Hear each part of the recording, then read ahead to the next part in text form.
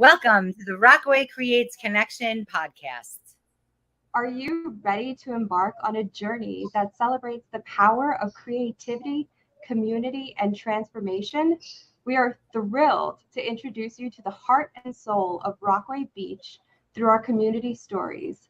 Brought to you by Rockaway Creates, a nonprofit dedicated to the peninsula and its people. Nestled on the shores of the Atlantic, we are New Yorkers coming to you from Rockaway Beach, Queens. Each episode will take you on an exploration of its remarkable community, delving into the lives and stories of local artists, entrepreneurs, activists, and visionaries who breathe life into our beloved neighborhood. Whether you're a longtime local or just down for the day, this podcast promises to be a source of insight, secrets, and connection. So get ready to be inspired, and you can go to rockawaycreates.org to learn more about us and how you can get involved. And if you like this podcast, please like it, binge it, and share it with your friends. Hi, everyone, and welcome to episode 10 of the Rockaway Creates Connection podcast. This month's theme is magic, and in that theme, I have Randi here.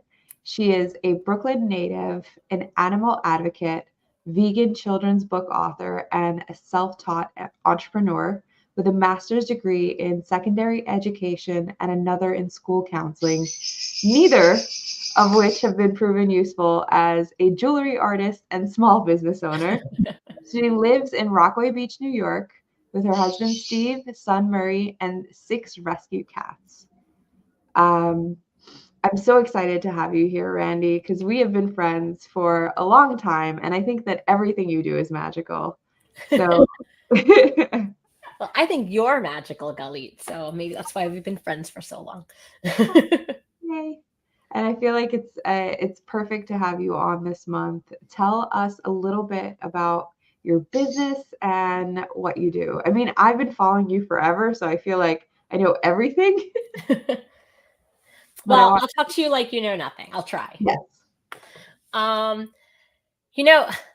It's so long-winded, right? The history of my business, how it got started. It grew so organically. I was a high school guidance counselor, and I found myself, I was actually a high school English teacher first. And English teachers, if you don't know, take home tons of papers to grade. And so I spent my weekends and my evenings in my 20s marking papers. And then I became a high school guidance counselor, and you don't bring home work. And so all of a sudden I was like, oh, I have all this time on my hands. Like, what am I going to do? So I did what anyone does, and I started a jewelry business, right? That's like the normal progression of life. Right. Makes total sense, right? Like everybody just jumps with their free time into like tiny little jewelry machinations. That's it. Well, I guess, I learned the power of social media very early because I honestly bought a $50 stamping kit. I was like, oh, hand stamping looks cool. Like I'll buy a $50 hand stamping kit and let's see what I could do with it. I'll swing a hammer and try to make something. And I tried to make some bracelets for my students, and I posted it on Facebook. And this was during the time when you posted everything on Facebook. You posted what you ate for dinner on Facebook. You posted if you were like what you were feeling on Facebook. I'm feeling sad. I'm feeling happy, right? We were like obsessed with posting on Facebook. And so I posted this picture of these like 3 bracelets. Like I, watched a YouTube video and used my kit. And I had like so many comments like, I'll buy one. I was like, wait, what? And so it just grew so organically. Like, I honestly think, I started my business. I invested $50 and I somehow like it spiraled and people were interested in what I was making. So I was making more. And, at the time I was living in a teeny tiny apartment in Cobble Hill in Brooklyn. And so I was doing it like on our makeshift coffee table, dining room table, every table, only table. And it was a very small kind of thing. And then when we moved to Rockaway, and we had the space, I created a space for myself, and I really started to grow a small business. Yeah. So what was the reason that you moved to Rockaway, and how did you find out about Rockaway? I mean, it's not so romantic, I guess. I mean, I'm from Brooklyn. I grew up going to the Silver Girl Beach Club. So Rockaway, Breezy Point has always been, the peninsula has always existed to me. We always went over the bridge to go to the beach. And so when we were house hunting, or I mean, we weren't even house hunting, we were living in 400 square feet in Cobble Hill, and we wanted to start a family. So we were looking for 600 square feet. Like, we were literally looking for a little more space to possibly have a child in it. And we just, I mean, we had moved from the East Village to Cobble Hill, and we just could not find anything bigger that was remotely in the price range of 2 teachers. We just could not.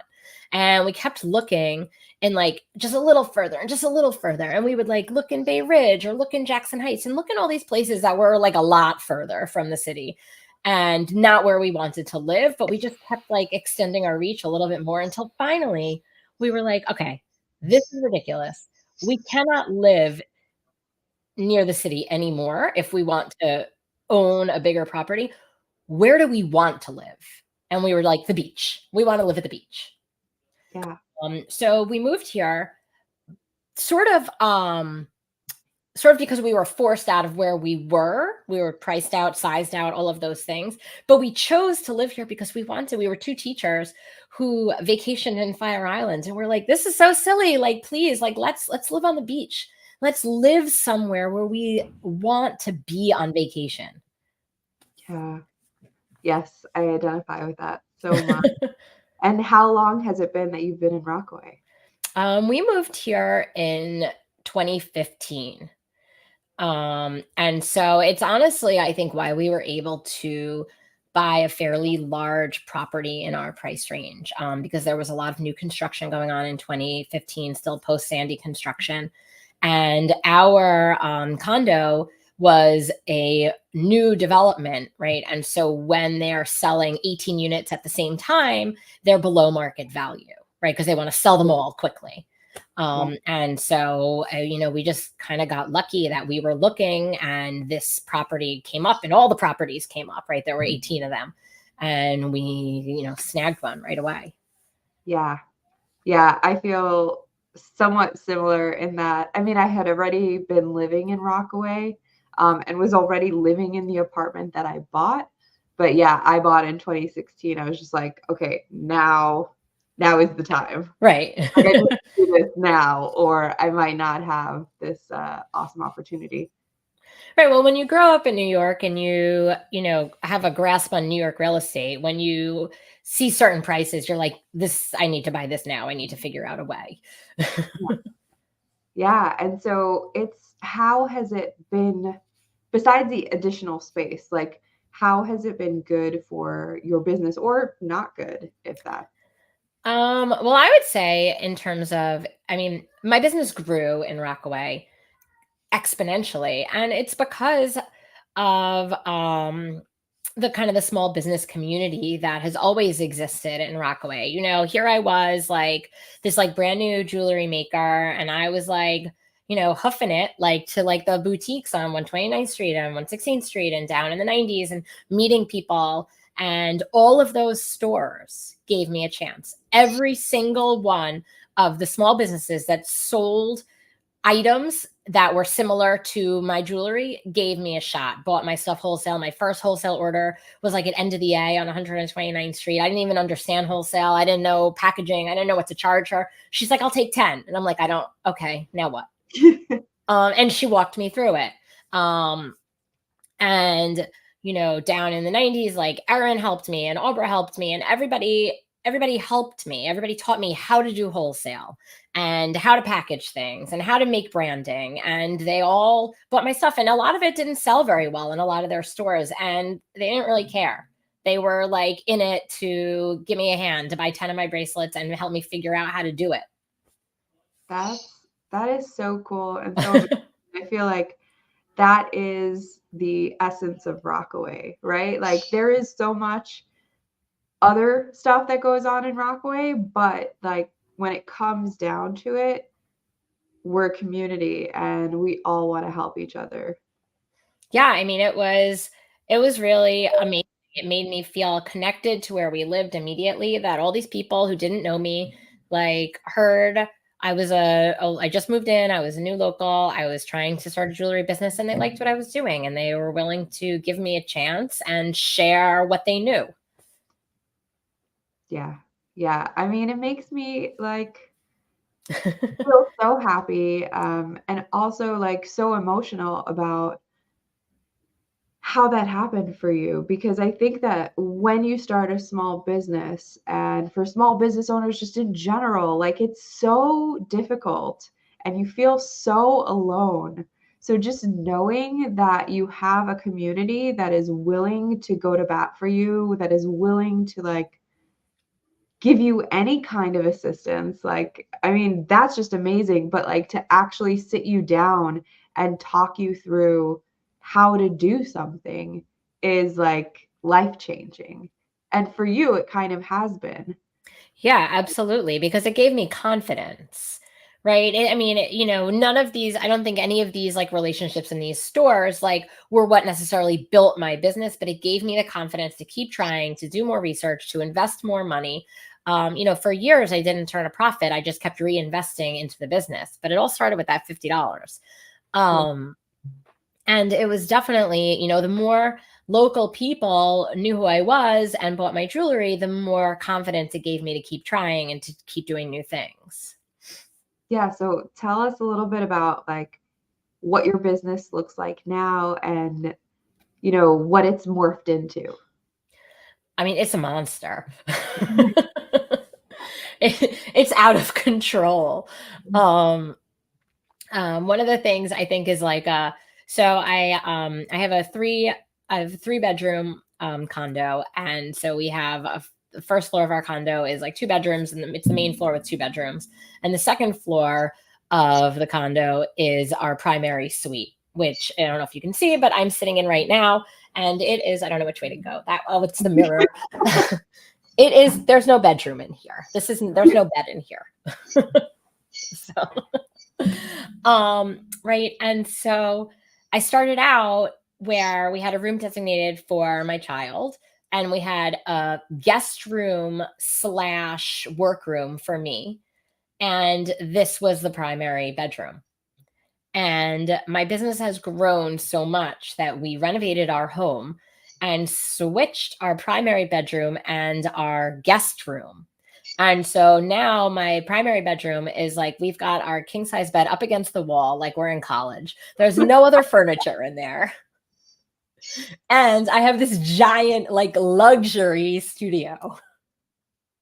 That is so cool. And you do this full time now. I do this full time. It was one of those things. I loved being a teacher, and I loved being a guidance counselor. And I also loved this like beast that I was growing that was snowballing. And I did IVF for many years to have my son. And once I had my son and I was home with him, I was like, okay, there's honestly, like, I need to be realistic. There is no way I can be a guidance counselor, be a small business owner, and be a mother. Like one of those, a mother the way I'd like to be a mother. Right? Because people do it. But the way I envision myself parenting, there wasn't enough time in the day. And I was like, one of these things has to give. Right. And so obviously, the mothering isn't going to give. Because he's here. And it's kind of, he's here. And so it was either close my business or resign from the DOE. And I really weighed like which one brought me more joy and which one was going to allow me more headspace to mother the way I wanted to mother. Because It's not about time.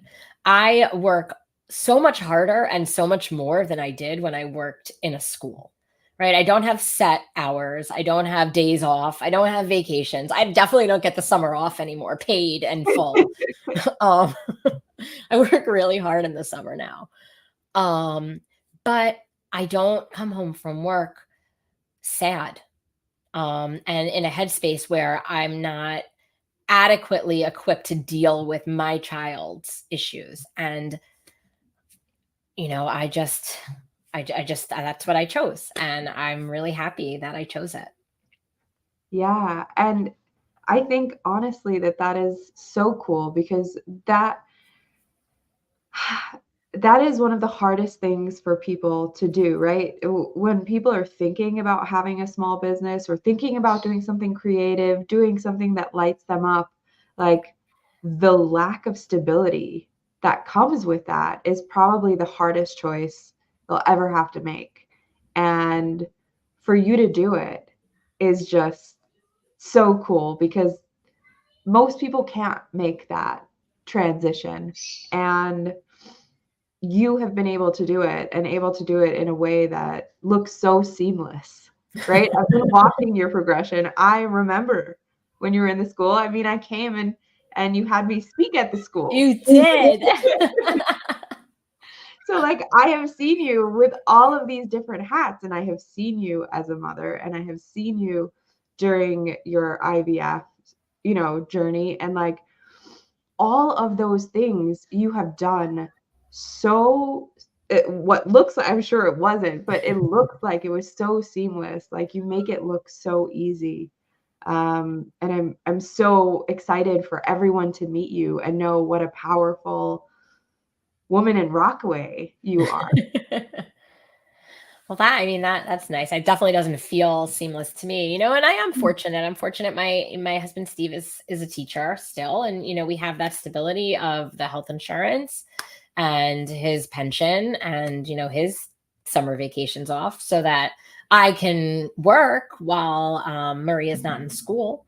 And so just all of the choices that we've made it possible for me to choose my business over what was my career. And now it seems so foreign to me. Like now, I mean, getting up and getting dressed in the morning and going to work sounds like crazy to me. I wear Crocs all day long. But not just that, it just seems so far, and it seems so far away. And for such a long time, being an educator was such a huge part of my identity. And I've made the shift that being a small business owner, I took a very long time for me to own calling myself an artist. And so being an artist, being a full-time artist and living this small business life is finally really part of my identity. Yeah. Oh, there's a comment. A Facebook user said, "Great interview. I started my business 40 years ago for many of the same reasons, and it's still going strong." Oh, that's awesome. Hi. Yeah. Congratulations to you too. I'm super excited to hear that your story is like resonating with people, and I knew that it would. I felt like people watching this podcast, like people in Rockaway, would understand everything that you've been talking about, and just how amazing it is, and how much joy it's allowed in your life. Yeah, absolutely. And I love Rockaway. And I feel like it's one of those things. I used to do, I guess pre-COVID, I used to do all of the pop-ups and all of the markets. And my business has definitely transitioned, as most small businesses have, to completely 100% e-commerce. And I always try to think about like how I can get involved again in sort of like the Rockaway festival market scene.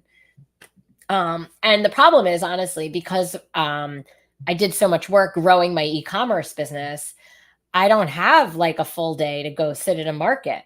Like I'd have to pay someone to do it for me, and that kind of defeats the purpose. Yeah. So tell me, what are the things that you love about Rockaway and living in Rockaway? I mean, I grew up in Brooklyn. I grew up in East Midwood. And so East Midwood is an interesting pocket of Brooklyn because it is very suburban. It is very, the houses are small and they're close together, but they, we had a driveway and a front lawn and a backyard, and the train was a bit of a walk. If you took the train home at night, like someone had to pick you up. And you could live like your whole existence in East Midwood and just like walk to the stores on Avenue M and like never know you lived in New York City, but it was also right there. Yeah. And I think that that's the thing that I also embrace about Rockaway. I live a fair distance from the train, but I can walk there. But also if I took the train home late at night, I'd want someone to come pick me up. So it's like I'm reliving my childhood. And it's the same kind of thing, right? The houses are close together, but I have my front yard and I have my backyard and I have my driveway, thank goodness. And if I never left Rockaway, I don't think I would know. But I still feel like I'm a city person. I didn't move away. I moved to the beach. Yeah, that's a very good distinction, right? Like, I've always felt like being in Rockaway and living in Rockaway was like the closest thing you could get to like an ocean vacation in New York City. Right? Like you literally have places that you can go and like sit outside and feel like, oh, I'm on vacation, and then walk right back to normal life. Right. Exactly. Right. Like I feel like when we first started decorating our home, I tried to like go with like these beach vibes because I'm like, it's a beach house. And then all of a sudden one day I'm like, it's not a beach house, it's my house.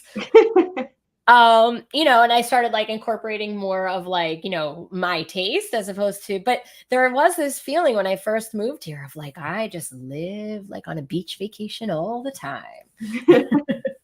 Yeah, I did this. I did much of this. I'm not gonna lie. Like I did do much of the same thing. And I think in my condo in Rockaway, there are still rooms where that kind of lives, but I'm an ocean person, so that is a little bit of my aesthetic. Right. Yeah. But it went a little more ocean after beach. Yeah, it did. Then I was like, no, I want to feel like I'm in the ocean. As you are right now with your background. Yeah. Like I always just want to feel like I'm in the ocean. It doesn't matter where I am. So yeah, that just has taken over. Sorry.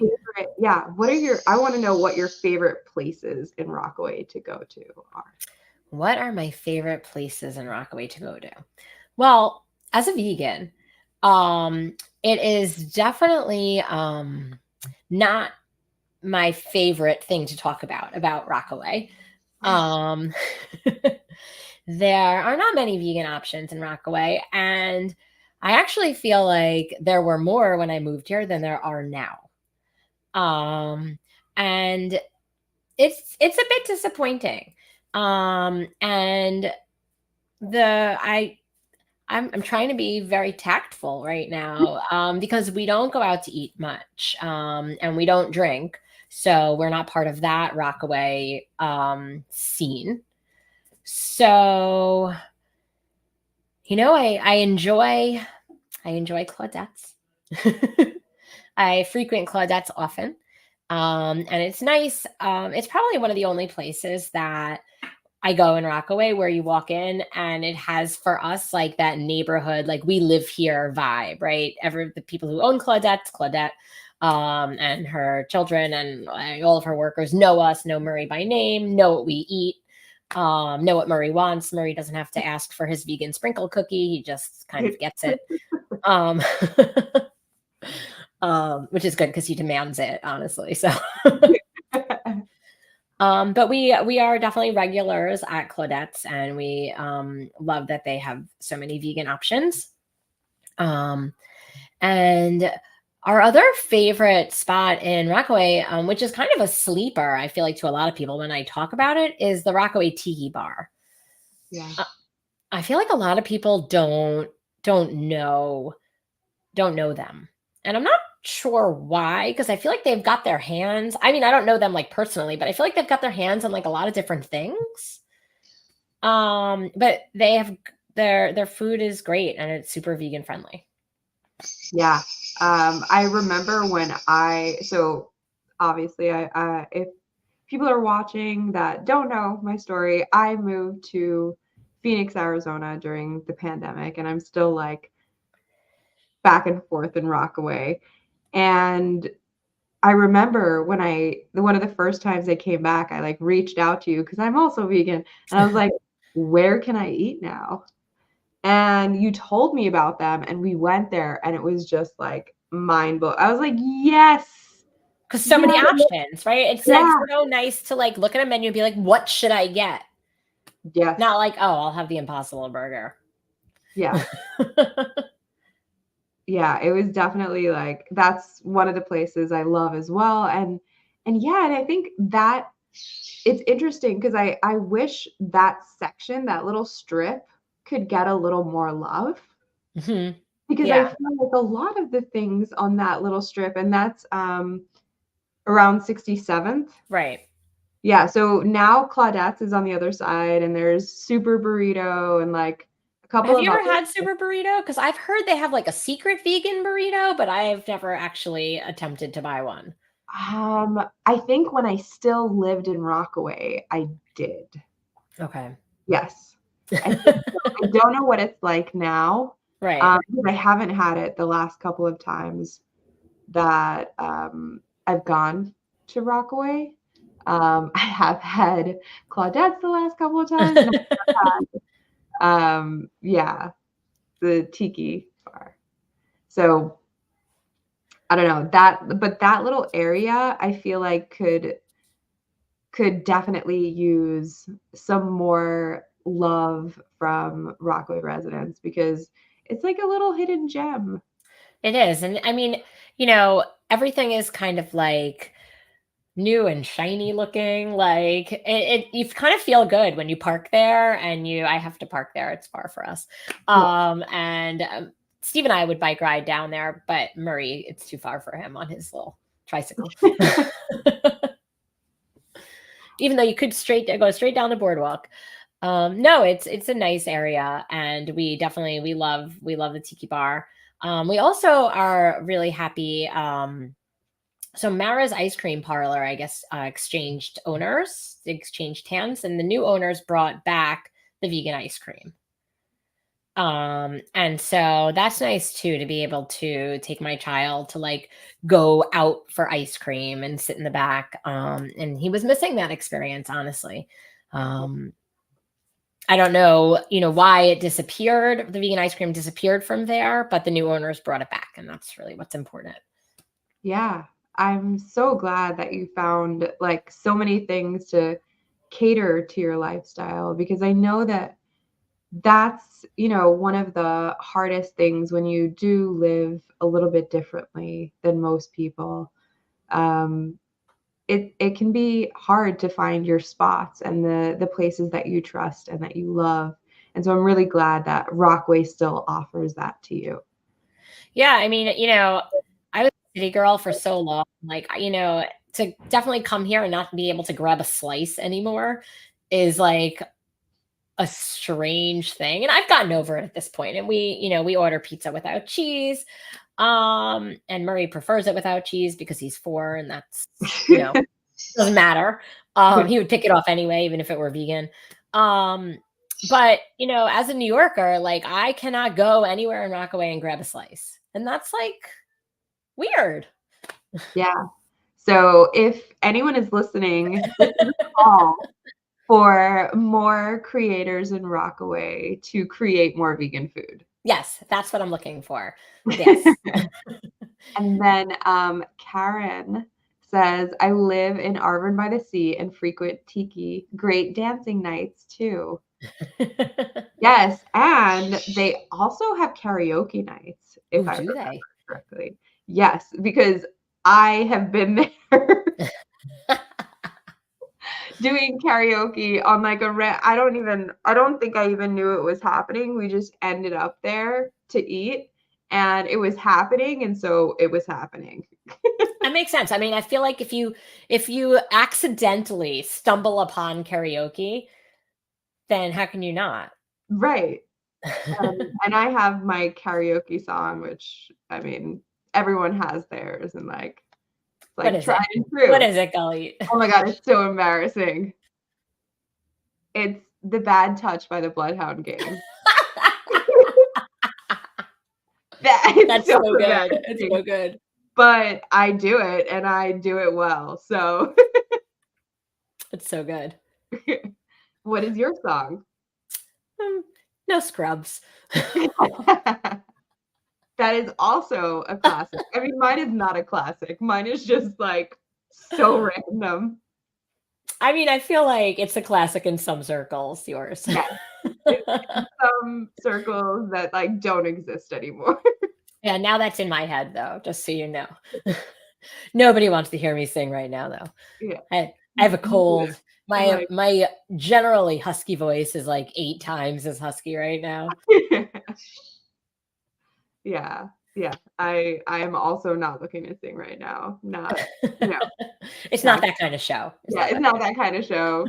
I mean, I am not that kind of loose right now. Like, just yeah, that's kind of like a nighttime thing.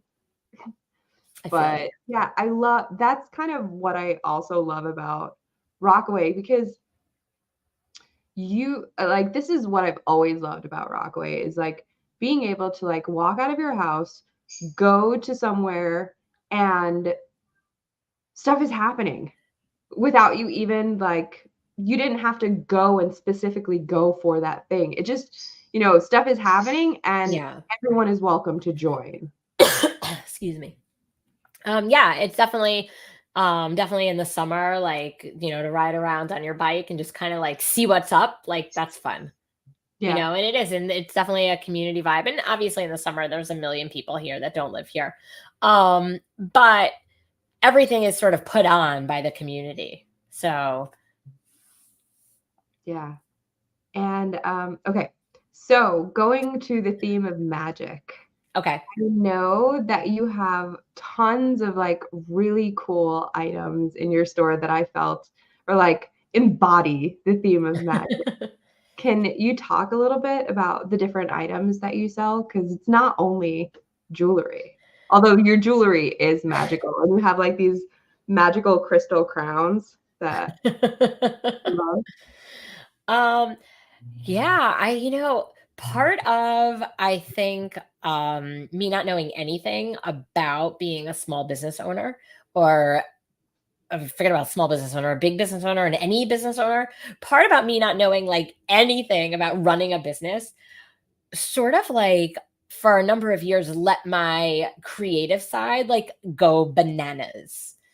And I would just like see stuff on Instagram or on TikTok or wherever I would see it and be like, oh, that's cool. Can I make that? And I would like invest money in like some new kind of thing and like teach myself how to make something else. And since I started doing this full time, I've kind of like, brought that back. I've like brought in the reins a little bit. But when this was like my side hustle and I was still making a teacher's salary, I was like all in for like, let's learn how to make everything. So I learned all different kinds of jewelry making, which even that, from hand stamping and wire wrapping and soldering. And I started getting carried away with just jewelry making in general. I could show you drawers and drawers of crystals that I honestly don't do anything with now because I've toned it down a little bit.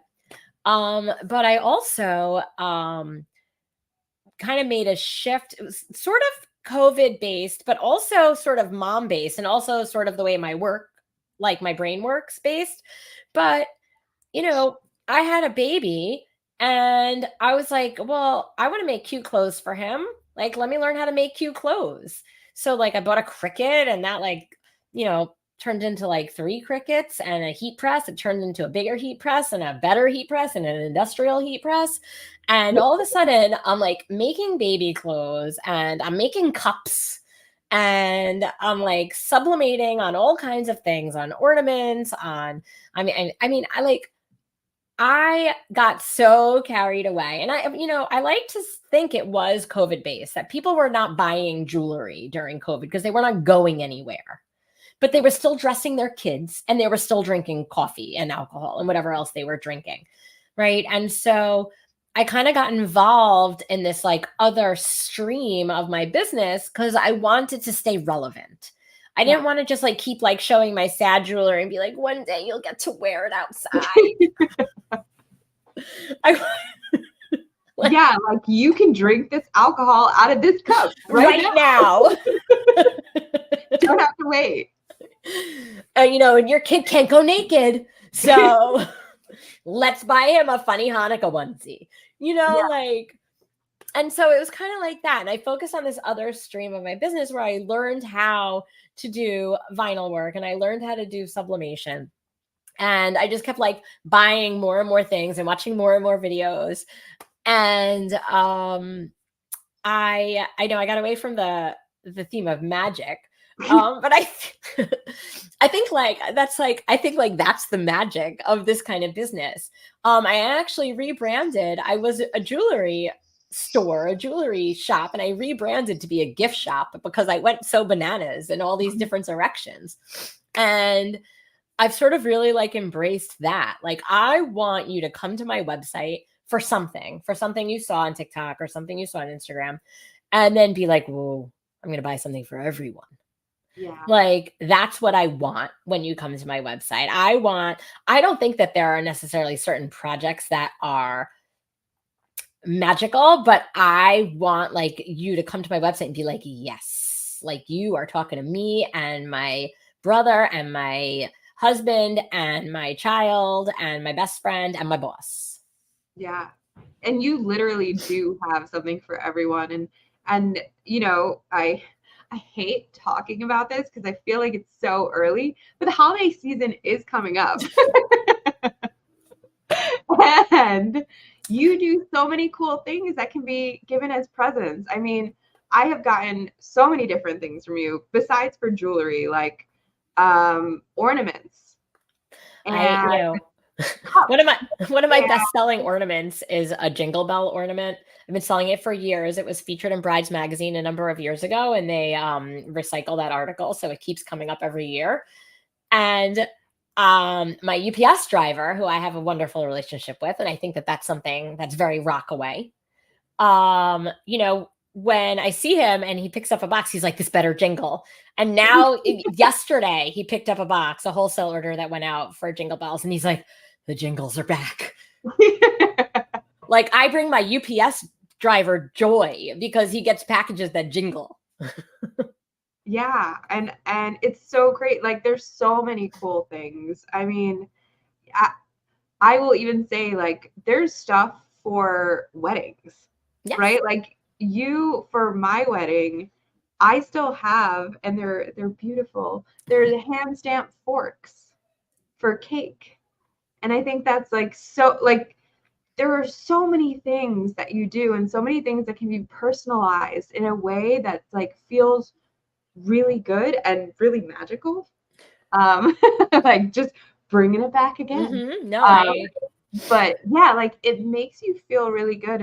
And that for me has been one of like the priorities for gift giving, because I'm one of those people that like really likes to think about the person that I'm giving it to and make it something personal to them.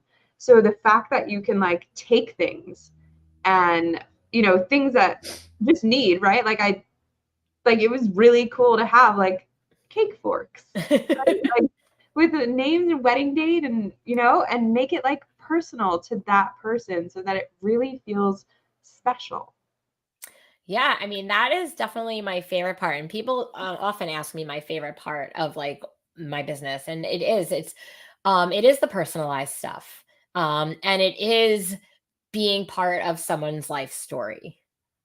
And I get to be invited into all these people's lives and all these people's weddings. I sell a lot of wedding forks, actually. Really? And it's really hard to find the vintage forks that are in good enough quality to stamp on, and for them not to chip when you're stamping them, because you're taking a metal shank and a hammer and you're bashing something that's 50 to 100 years old. And so it's really hard to find the forks and send them out to brides and grooms, and like in a way that they want to use them as a photography prop in their wedding. But I get to be part of all of these life stories, and I make ring dishes, and that have phrases about getting engaged. And I do a lot of ring dishes with like initials on them. And I love being part of these things for people. Right. It's like every major occasion, right? I've gotten stuff for you for people's birthdays. I've gotten Mother's Day items from you. I've gotten, wedding stuff, engagement stuff, just like regular life stuff, It feels like, yeah, you have everything, baby stuff, like there's stuff for every milestone. And I think that's something that's really special about your shop. Well, thank you. I try, and I also try to, like, everything that I make is like an extension of myself. Where I try to stay true to myself. I try not to make things just for a money grab. If it's on my shop, I either believe in it or I think it's really beautiful, right? You can't like believe in everything. Like, like I don't believe in, maybe some people, right? I'm looking at my drawer of amethysts right here, big drawer of amethysts, right? And some people believe certain things about this drawer of amethysts. And if I don't believe what you believe, I at least think whatever I make with this is really beautiful. And that's kind of, I'm going to put that drawer back because I'm sure I'll drop it. And that's, I try to put things out into the world that are different from other things that I see. And, everything that's on my shop is something that like I feel good about making, and I make it with love. Yeah. Yeah. That's beautiful. And also, I know that you make it according to your values, right? So like Yes. the hand stamping is done with vegan ink, and things like that, like the vintage forks, right? Like you could probably just get like some new ass forks somewhere. I'm like, but like you take the time to think about each product and really put your values into it. I do. And I really, I work really hard to keep my jewelry studio as vegan as possible. And I'm sure that there are things that slip under the radar, or things that can't be avoided. Like, I don't think you could get rubbing alcohol that hasn't been tested on animals. And those are regular household items that I don't think any vegan has been able to swap out. But every other kind of swap that you can make, I make it.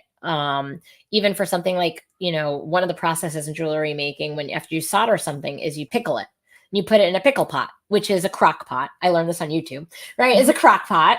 And a lot of people use a mix of chemicals to take the burn marks from soldering off of their jewelry after they light it on fire.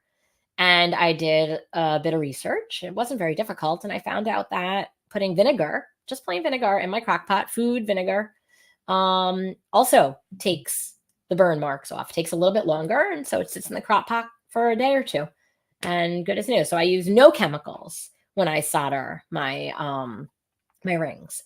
And so like there's like a depth of that in almost all of the things that I make here. Yeah.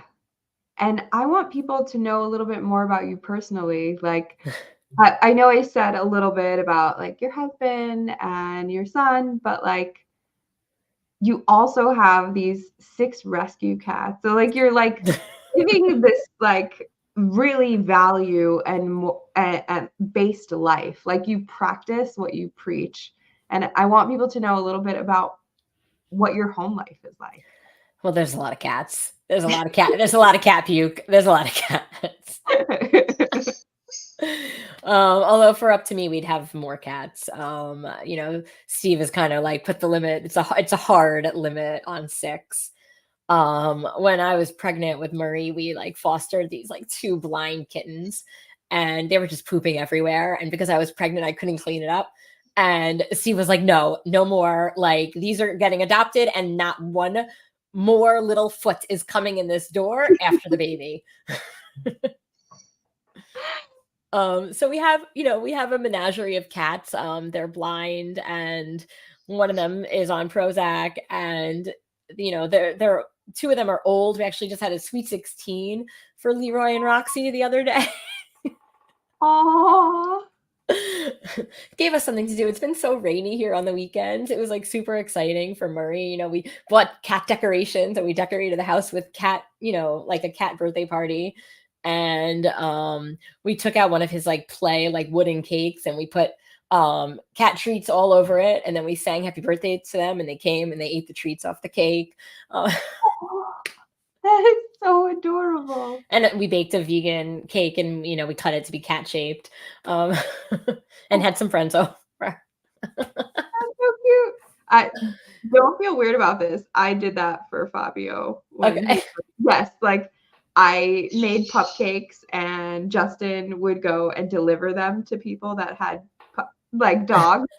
And like we had like a little Zoom call where all the dogs ate the treats at the same time in the different houses.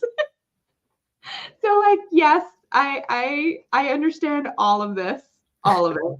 So that's kind of what my home life is like. Before Murray was born, like I had mentioned before, we had an empty bedroom designated for him for a long time, for almost 4 years. And so that was our cat room.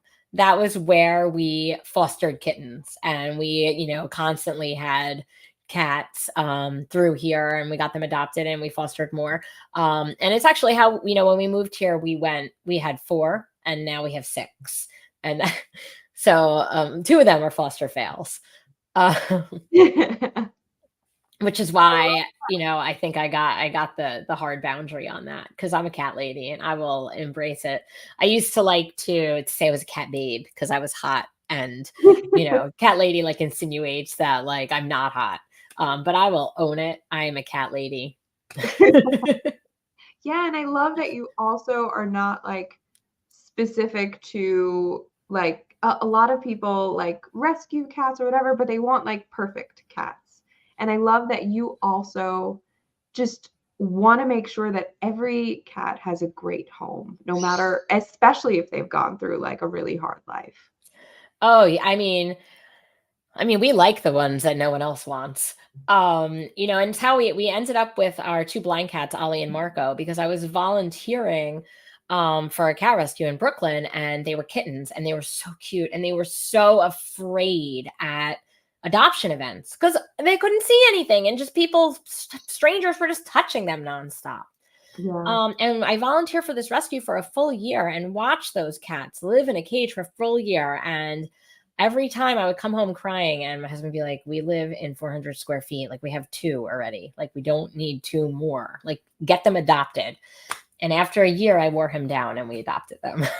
Oh, yeah. I love that.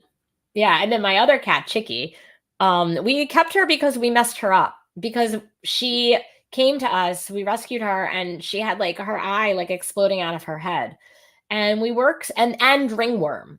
And so we worked so hard to save her eye, like all these like medicines for her eye, and then medicine for the ringworm, and then not touching her otherwise because of the ringworm. And so we're just like potchkering her all the time. And by the time she was all better, she was like terrified of people. And we're like, oh, well, she lives here now because no one's going to adopt her. Yeah, I mean, now she's yours. Right. Now she's mine. Like, I broke her, so I bought her. Aw, but you also fixed her. Yeah, no, I mean, she's a great cat. Like, I love her, but when, she was 6 months old and we saved her eye and she didn't have ringworm anymore, she was not getting adopted because no one could touch her. Yeah. Now she's 6 and, she's our cat and, she's fine. Yeah, that's awesome. And I'm so happy that people are getting to see who you are and also your business. And so tell people how they can find you. You can find me. My business is called Salt and Sparkle. Some of you may know me as Rockaway Gypsy, and you might be like, I feel like I know this person, but I don't know Salt and Sparkle. And probably since I rebranded as Salt and Sparkle, I have not gone back out to the Rockaway markets, like I said. So I don't think anyone really got the chance to make that connection. But I am Salt and Sparkle. And you can find me on all social media at Salt and Sparkle. And my website and my Etsy are Shop Salt and Sparkle. Yeah. So please look for Randi, look for Salt and Sparkle. It is an amazing shop with so many cool items and great things for great magical items for any occasion in your life. And I just want to there are a couple of comments, so I'm going to bring them in. Okay, cool. Karen said, "Great interview." Thanks, Karen.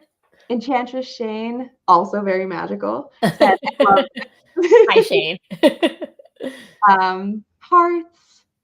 Yeah. So thank you all for tuning in. Thank you. I'm so happy that you got to meet Randi. I'm so happy that we were able to get this schedule because I know everybody's schedules are hectic and I wanted to make sure that everyone met you and understood who you were and became fans of yours and of Salt and Sparkle. Thanks for fitting me in, Golly. This was wonderful. I appreciate it very much. And it's always nice to see your pretty face. Yours too. Both the blue-haired chicks. I know. Mine's a little green these days, but I'll take it. It's all right. I'm trying out like an ombre growing out effect, and I don't know if I'm loving it. The struggles of blue hair. I know. All right. Thank you so much for being here. Have an amazing day. Please, everyone, go out, shop Salt and Sparkle, and please get more acquainted with all of the members of Rockaway Creates. And I'm super excited to be able to do this. And every month we get to highlight different business owners in Rockaway. So if you're watching this now, watching on the replay, on Spotify, on YouTube, however you're doing this, make sure to share it so that more people learn about Rockaway and the different magical, amazing things that we've got going on. Bye, everyone. Bye.